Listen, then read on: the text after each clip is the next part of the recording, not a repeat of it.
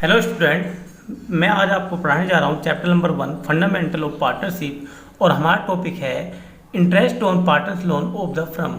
और आज हम इसके क्वेश्चन नंबर 9 पर डिस्कस करेंगे। कहता है X and Y are partner sharing profit and losses in the ratio of 2:3 with capital of 2 lakh and 3 lakh. On 1st October 2017, X and Y granted loan of 80,000 and 40,000 respectively to the firm.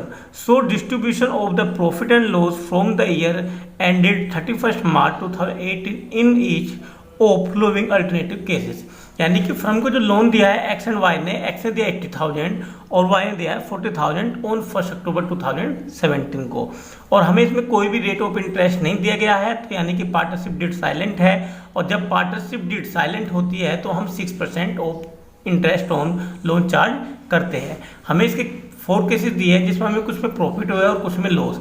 तो हम total profit से अपने interest on loan के value को घटाएंगे, उसके बाद इनका प्रॉफिट को डिस्ट्रीब्यूट करेंगे। तो सबसे पहले हम एक्स और वाई का इंटरेस्ट निकाल लेते हैं। तो यहाँ लिखेंगे सबसे पहले एक्स इंटरेस्ट ऑन लोन। तो लोन टोटल जो हमें दे रखा है वो दे रखा है एक्स का 80,000। रेट ऑफ इंटरेस्ट को गिवन तो 6% लगाएंगे अकॉर्डिंग टू नियम, और 6 मंथ का। क्यों? क्योंकि 1 अक्टूबर से लेकर 31 मार्च तक हमारे मंथ बैठते हैं 6/12। और इसको हम डिस्ट्रीब्यूट करेंगे तो ये आएगा हमारा 2400 रुपया। इसी प्रकार हम वाई का इंटरेस्ट निकालते हैं, वाई इंटरेस्ट ऑन लोन।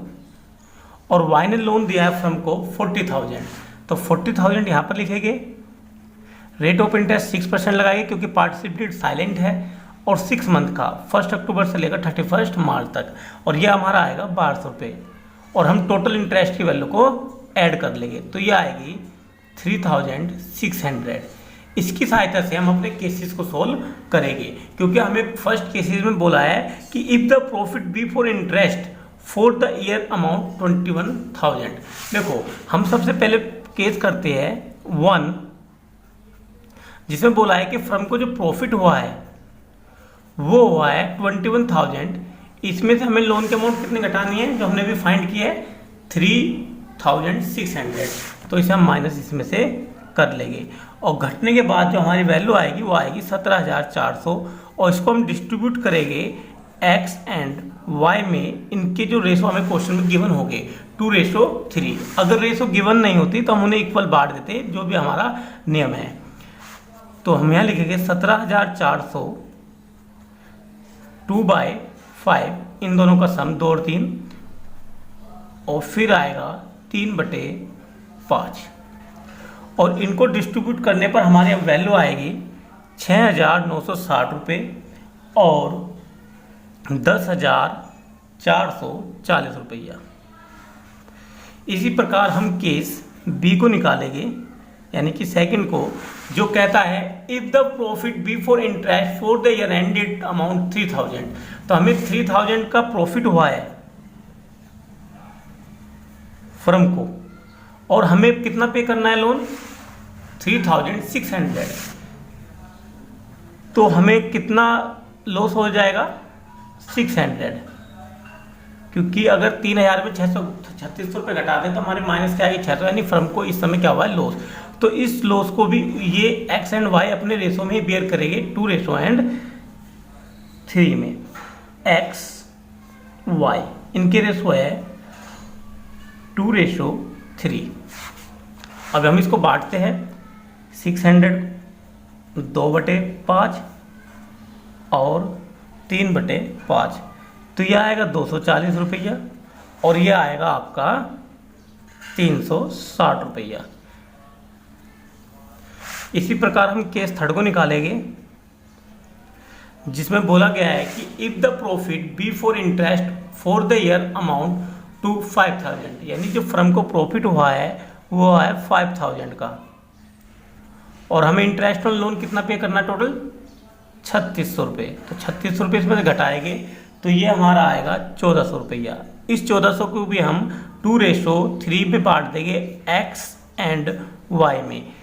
इस प्रकार सेम 2/5 इनका सम 2 और 3 होते हैं 5। इसी प्रकार इसको निकालेंगे 3/5 और इनको काटने पीटने पर हमारा आएगा ये 560 और इसकी वैल्यू आ जाएगी 840।